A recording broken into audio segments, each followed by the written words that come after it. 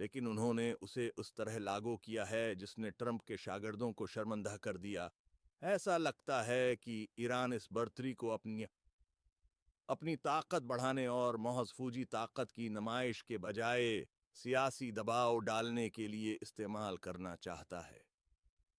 عوامی نقطہ نظر سے یہ واقعہ محض خشک فوجی خبر نہیں بلکہ عالمی سیکیورٹی سسٹم کی کمزوری کی حقیقت ہے۔ تنازع کے توقعات سے کہیں زیادہ بڑھنے کا امکان ہے، اور یہ تو محض آغاز ہے۔ سوال یہ پیدا ہوتا ہے کہ کیا دفاعی نظام تباہ ہونے کے بعد بھی نگرانی کی صلاحیت باقی رہے گی؟ کیا دنیا گاہ کو مستقبل میں بھی اسی طرح کی تباہی برداشت کرنی پڑے گی؟ ریڈار کی آنکھ کے خراب ہونے کا خطرہ بہت زیادہ ہے۔ ماضی میں امریکہ ان سسٹمز پر مکمل بھروسہ کرتا تھا، لیکن اب واضح ہے کہ مشرق وسطی میں امریکہ اور اس کے اتحادیوں کا فضائی دفاعی نیٹ ورک ٹوٹ رہا ہے۔ ڈونلڈ ٹرمپ یہ کہیں گے کہ ریڈار اس لیے خراب ہوا کیونکہ اس پر میڈ ان امریکہ کا لیبل کافی بڑا نہیں تھا۔ رپورٹس بتاتی ہیں کہ ایران نے ریڈار سسٹم کو ناکارہ بنانے کے لیے صرف ایک مقام پر نہیں بلکہ متعدد مقامات پر حملے کیے ہیں۔ دفاعی نیٹ ورک کا ڈھانچہ جو پہلے مضبوطی سے جڑا ہوا تھا، اب اس میں بڑے شگاف نظر آنے لگے ہیں۔ میزائل گرانے کی شرح میں نمایاں کمی نے پوری دنیا کے ماہرین کو صورتحال پر دوبارہ غور کرنے پر مجبور کر دیا ہے۔ ایک ایسی بڑی صورتحال جسے ٹرمپ کا دھڑا انتخابی مہم کے دوران سرخ ٹوپیوں والے مجمع میں ووٹرز کو ڈرانے کے لیے استعمال کرے گا۔ ایرانی میزائلوں کا دفاعی نظام میں گھس جانا ایک بے مثال واقعہ ہے جو ٹیکنالوجی کی برتری میں تبدیلی کا اشارہ دے رہا ہے۔ امریکہ کو اب اس تلخ حقیقت کا سامنا ہے کہ اس کی سمارٹ حفاظتی ڈھال اب ہر حملے کو نہیں روک پا رہی۔ جب آپ کی ڈھال ٹرمپ آرگنائزیشن کی کسی ناکام سیل سے خریدی ہوئی لگ رہی ہو تو اپنی ہیبت برقرار رکھنا بہت مشکل ہے۔ میزائلوں اور ڈرونز کے مشترکہ حملے نے دفاعی نظام کو کمزور کر دیا ہے، جس سے ان پر ان کی اصل صلاحیت سے زیادہ بوجھ پڑ رہا ہے۔ جدید دفاعی نظاموں کے لیے یہ ایک کڑا امتحان ہے۔ خطہ میں فوجی طاقت کا توازن آہستہ لیکن واضح طور پر بدل رہا ہے۔ دفاعی لائن میں گھسنے اور مخالف کے اثاثوں کو خطرے میں ڈالنے کی صلاحیت مستقبل کے حملوں کو مزید شدید اور درست بنانے کا خطرہ پیدا کرتی ہے۔ ڈونلڈ ٹرمپ یقیناً یہ دعوی کریں گے کہ ان کے دور میں ایرانی میزائل اپنی جگہ سے ہلنے کی ہمت بھی نہ کرتے کیونکہ وہ ان کی فولادی نظر سے ڈرتے تھے۔ جب دفاعی نظام پر اعتماد متزلزل ہوتا ہے تو سیاسی دباؤ اور فوجی مداخلت ناگزیر ہو جاتی ہے۔ تنازعات سے بھری دنیا میں تھوڑی سی برتری بھی جنگ کے انجام کا فیصلہ کرنے کی کلید بن سکتی ہے۔ ایک بہت بڑی فتح جسے ٹرمپ کا دھڑا فوری طور پر اشرافیہ کی غداری کی کتاب کے ایک باب میں بدل دے گا۔ یہ آنے والے تصادم کا انتباہ ہے کیونکہ سپر پاورز کی کمزوریاں سامنے آ رہی ہیں۔ طاقت کی اس کشمکش کا اصل مرکز اب آبنائے حرمز کی طرف منتقل ہو گیا ہے، جو کہ دنیا کی اہم ترین سمندری گزرگاہ ہے۔ ڈونلڈ ٹرمپ شاید خود سے یہ سوال کر رہے ہوں گے کہ کیا وہ اس آبنائے کے مالک بن سکتے ہیں اور مصنوعی جزیروں پر غالب کورس بنا سکتے ہیں۔ یہاں صورتحال پہلے سے کہیں زیادہ کشیدہ ہے کیونکہ یہ معلومات سامنے آئی ہیں کہ ایران نے اس علاقے میں بارودی سرنگیں بچھا دی ہیں۔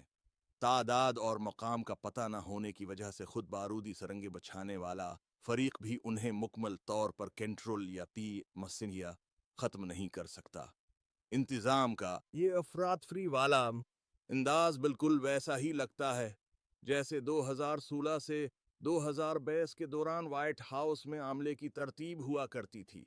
یہ امریکہ اور اس کے اتحادیوں کو ایک انتہائی مشکل امتحان میں ڈالتا ہے، کیونکہ سمندری بارودی سرنگوں کی صفائی ایک پیچیدہ کام ہے جس میں بہت زیادہ وسائل اور وقت درکار ہوتا ہے۔ اقتصادی اثرات اب واضح ہو چکے ہیں۔ یا بیرسی بودکدے باسمنی بہت سے تیل بردار بحری جہاز رکھ گئے ہیں یا ہفتوں سے سمندر میں پھنسے ہوئے ہیں۔ ٹرمپ سوشل میڈیا پر پوسٹ کریں گے کہ پیٹرول کی قیمتوں میں اضافہ صرف اس لیے ہے کیونکہ بزدل لوگ طاقت کا مقدہ استعمال کرنے سے ڈرتے ہیں۔ عالمی سطح پر تیل کی قیمتوں میں شدید اتار چڑھاؤ آ رہا ہے کیونکہ یہ آبنائے دنیا کی تیل کی کل ترسیل کے تقریباً 5ویں حصے کا راستہ ہے۔ جب توانائی کی شہر رگ بند ہوتی ہے تو اس کے اثرات صنعتی نقل و حمل سے لے کر زندگی گزارنے کے اخراجات تک ہر شعبے میں پھیل جاتے ہیں۔ عام امریکی کی جیب کے لیے یہ ایک ناقص سودا ہے جسے ٹرمپ کا دھڑا ماحولیات کو مورد الزام ٹھہرانے کے لیے استعمال کرے گا۔ یہ صرف دفاع نہیں ہے بلکہ یہ ایران کی جانب سے جغرافیہ کو سپر پاورز پر دباؤ ڈالنے اور مذاکرات کی میز پر برتری حاصل کرنے کے لیے بطور ہتھیار استعمال کرنا ہے۔ ڈونلڈ ٹرمپ شاید اس چال کی بہت تعریف کر رہے ہوں گے کیونکہ انہیں بھی افراتفری کو مذاکرات کے ہتھیار کے طور پر استعمال کرنا پسند ہے۔ دنیا اس سوال کے سامنے کھڑی ہے، اس کھیل میں سب سے زیادہ قیمت کسے چکانی پڑے گی؟ ایک سپر پاور جو استحکام برقرار رکھنے کی کوشش کر رہی ہے یا وہ ملک جو موجودہ اصولوں کو چیلنج کر رہا ہے؟ پانی پر یہ غیر مرئی میدان جنگ عالمی معیشت اور سیکیورٹی کی سمت کا فیصلہ کر رہا ہے۔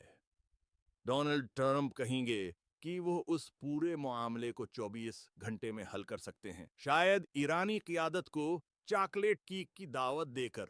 توانائی کی ترسیل میں خلل کی وجہ سے مہنگائی بڑھ رہی ہے اور متوقع شرح نمو میں کمی آ رہی ہے۔ ابھرتی ہوئی معیشتوں کے لیے یہ دباؤ کرنسی کی قدر میں کمی اور مالی عدم استحکام کا باعث بھی بن رہا ہے۔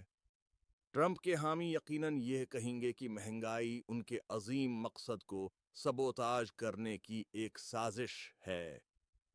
اس بحران نے ممالک کو اپنی توانائی کی حکمت عملی پر دوبارہ غور کرنے اور متبادل ذرائع تلاش کرنے پر مجبور کر دیا ہے تاکہ وہ اب جغرافیائی سیاسی خطرات کے مرہون مند نہ رہیں۔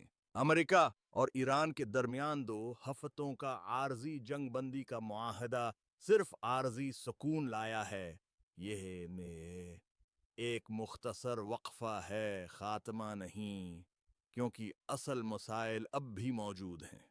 ڈونلڈ ٹرمپ اسے بزلوں کا قلیل مدتی معاہدہ کہہ کر تنقید کریں گے، حالانکہ وہ خود منمانی طور پر طویل مدتی معاہدوں سے دستبردار ہوتے رہے ہیں۔ امریکہ آبنائے ہرمز کو آزاد دیکھنا چاہتا ہے، جبکہ ایران اپنے طے شدہ حدود پر قائم رہنے پر بدد ہے۔ یہ غیر یقینی صورتحال اب بھی ایک چنگاری کی مانند ہے۔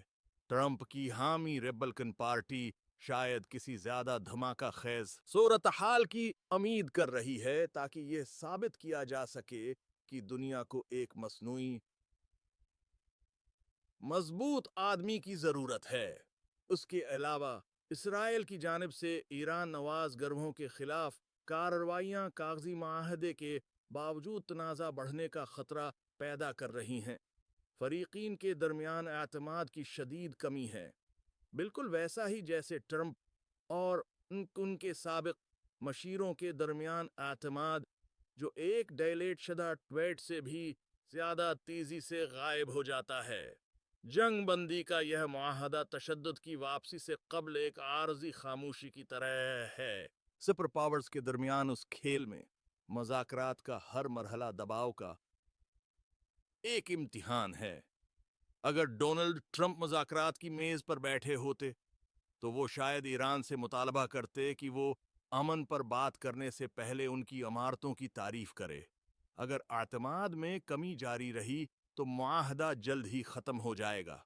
تہران کے شہریوں سے لے کر سمندر میں پھنسے ہوئے ملاحوں تک عام لوگوں کی زندگیاں اقتصادی اور ذہنی دباؤ کے بھاری بوجھ تلے دبی ہی ہیں۔